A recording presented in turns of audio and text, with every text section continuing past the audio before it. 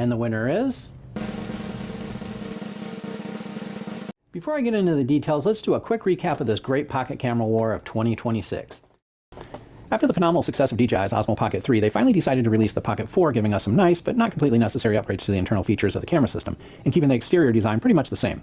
The release kind of fell flat when DJI didn't bother telling anyone in the US that they wouldn't be able to purchase the Pocket 4 due to security and import issues. Then the Insta360 Luna leaks started coming out with the same pocket gimbal design as DJI, but it has 2-camera lens on the gimbal while hitting some impressive features. Then the Pocket 4 Pro rumors started surfacing with their own 2-camera lens on the gimbal along with some impressive upgrades. Jumping ahead to the recent news, Insta360 Luna is now available for pre-order everywhere, including the US, while DJI recently displayed the new Pocket 4 Pro at the Cannes Film Festival and handed out a bunch of test units to influencers, but failed to give a release date and still battling to get the new Pocket 4s into the US. Wait, this just in, DJI officially released the Pocket 4 Pro, but only in China. And to top off all this drama, rumors are now spreading that DJI is threatening lawsuit for patent violations against Insta360 Luna. Whether that's true or not, I guess we'll see.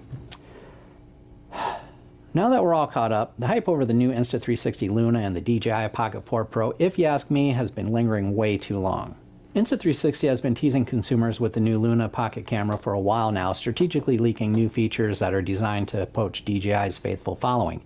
Features like a detachable screen to use as a remote control display and wireless mic, along with 8K video, POV head tracking, and the overall design that resembles Wall-E, the cool little robot from the movie. I think DJI hurried up and released the Pocket 4 Standard version before they saw what Insta360 was cooking up with the Luna.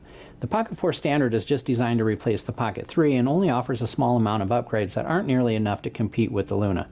Don't get me wrong, making improvements to an already almost perfect camera like the Pocket 3 is a pretty big deal, but not if I can't get it in the US. Maybe a little history will help people decide what pocket camera to go with.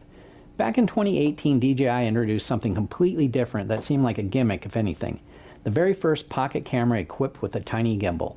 And ever since then, they've continued refining it year after year. The Pocket 2, the award-winning Pocket 3, and now the highly anticipated Pocket 4 Pro. But this time things are different because for the first time, DJI actually has some competition in the pocket camera category. The biggest challenger right now is definitely the Insta360 Luna that looks very similar in size and appearance on the outside as the Pocket 4 Pro, but has plenty of original features to make it stand out. Another future challenger for DJI and Insta360 to worry about is Canon, the full-size camera powerhouse. There's been leaks showing Canon's renderings that look just like DJI's pocket camera model, and if Canon starts moving into a category like this, you know the industry is paying attention. I'm sure a company as large as Canon is going to take their time and dial in this concept camera before it's released, so it probably won't be an option this year. Right now, here's the problem with the whole pocket camera war. All of these cameras are still mostly hype at the moment. There's a handful given out for influencers to try out and review, but still they're not even allowed to talk about all the features that these new cameras are packing. Even the Pocket 4 Standard isn't available in the US, so we can't say that it's been fully released yet. So when all the hype becomes reality and these cameras are finally released for purchase, which one am I going to choose?